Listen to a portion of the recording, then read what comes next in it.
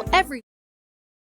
Hello everyone and welcome back into the GSMC Fantasy Sports Podcast, brought to you as always by the GSMC Sports Network. And for our fourth segment of the day, we get back into NFL talk, and particularly my positional rankings, kicking off with my QBs for the week. Now, as always, when I compile these lists, it's an amalgamation of many different things here that I'm looking for. Matchup paramount. Perhaps the number one thing I'm considering week in, week out.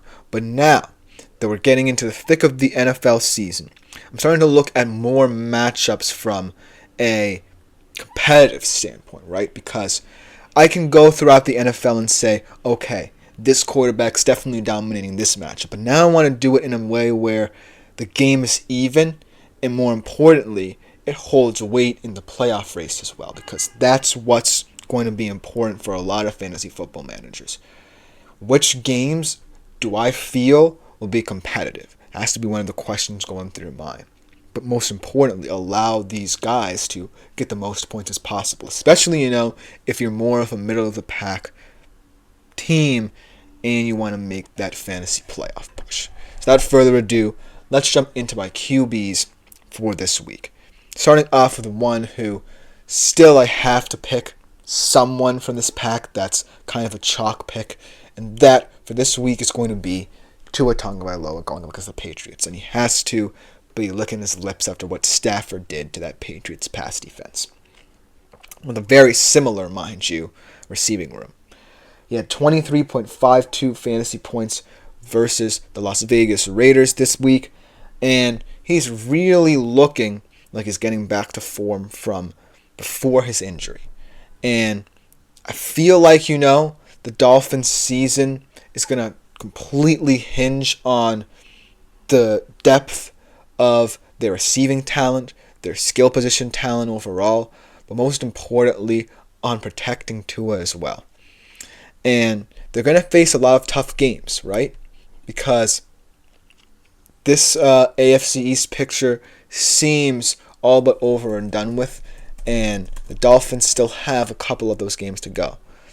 But this week is one of those games where they feel like they can win, because over the next couple of weeks, they play not only the Patriots, but the Jets in 2 weeks after a tough Packers game on the road. And then, to close the season, they have the 49ers, Browns, and Jets again. So, hypothetically, the Dolphins have, I would say, 4 winnable games in their schedule. Right now, I believe they're a 4-6 football team. Let me see here. 1, 2, 3, 4. I believe they're a 4-6 football team. So if they win 4 more games, they'll be an 8-9 team, and that might have to be a hope and pray situation for them because of the logjam in the AFC. But they still have a lot of winnable games, starting off the Patriots.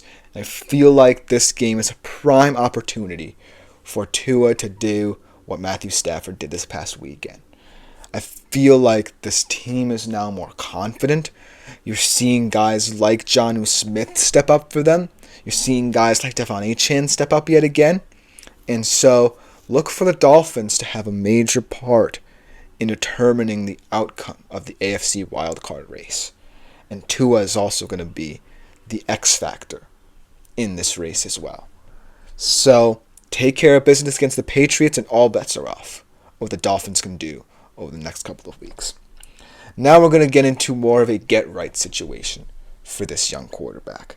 The past 2 weeks against 2 very tough physical defenses kind of proved that he couldn't go on forever performing the way he was performing. But now, against the Cowboys, the worst team in his division, look for him to have a better performance. And of course, talking about Jaden Daniels.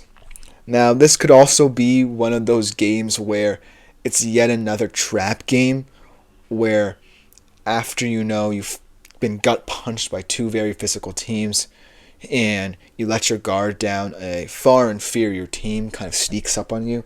But I think that what we've seen from Jaden Daniels is that he has risen above expectations.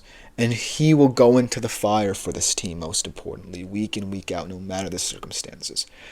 And he might still be playing through that rib injury.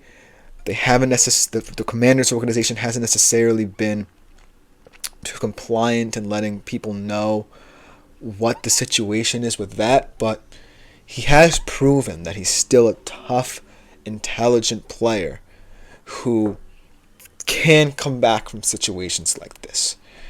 And even if I'm completely wrong about this, I have faith that he can get back on track and still be an effective QB. Because he's kind of had a situation much like what C.J. Stroud was last year. Potentially what he might look like a year from now, much like what Stroud's looking like. He's in a situation where, nobody's expecting him to be this good, but still pretty good. And even if, he gets eliminated in the first or second round of the playoffs, he has his whole career ahead of him. And this is just another learning experience for him. You get kicked down 2 weeks in a row, and now we have to see whether or not you can get up in a game that you should win, but still isn't necessarily in the cards for you.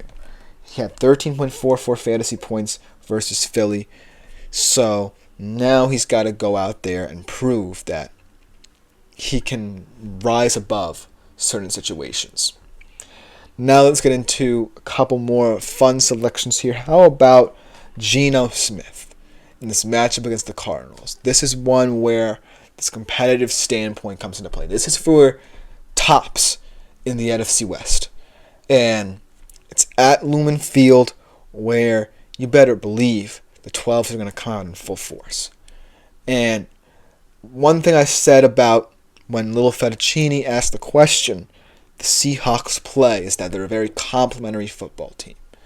When things go right for them, the offense at its best is one of those offenses that can just perform in clutch situations, and at its worst is one that can move the football because of struggles along the offensive line.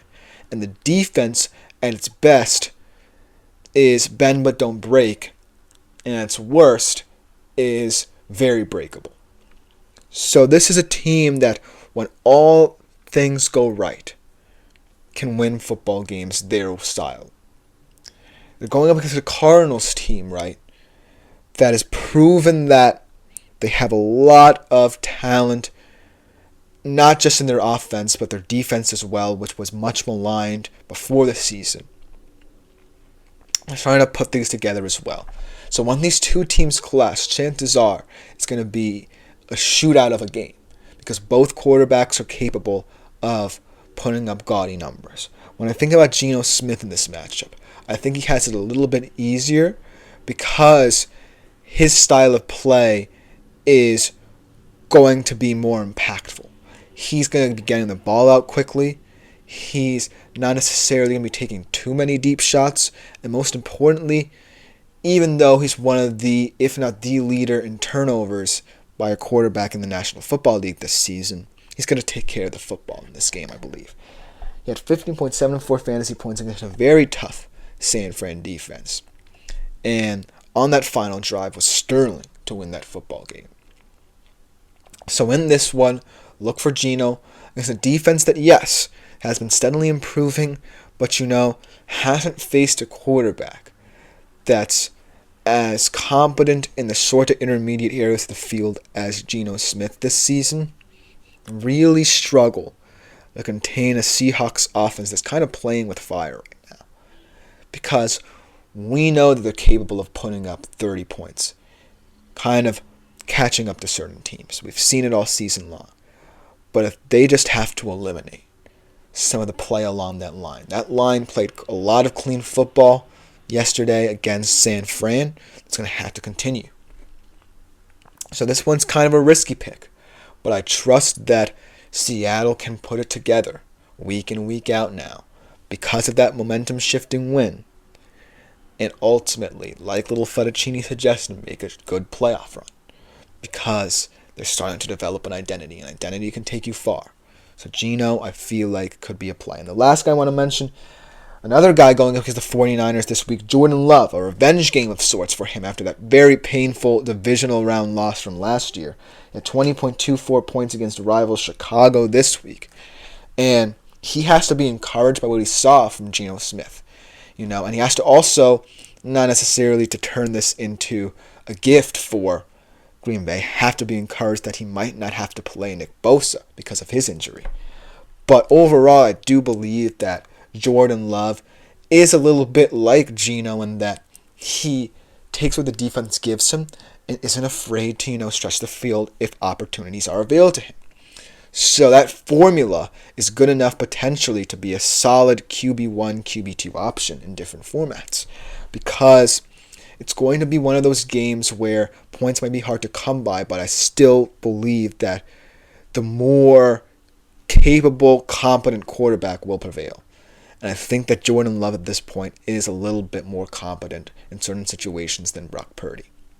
So look for Jordan Love to be a big factor in that game as well. But let me know what you think in the comments, because for our last thing of the day, we're making some really bold fantasy claims. Don't be surprised if segment to conclude today's show. So don't go anywhere. We will be right back.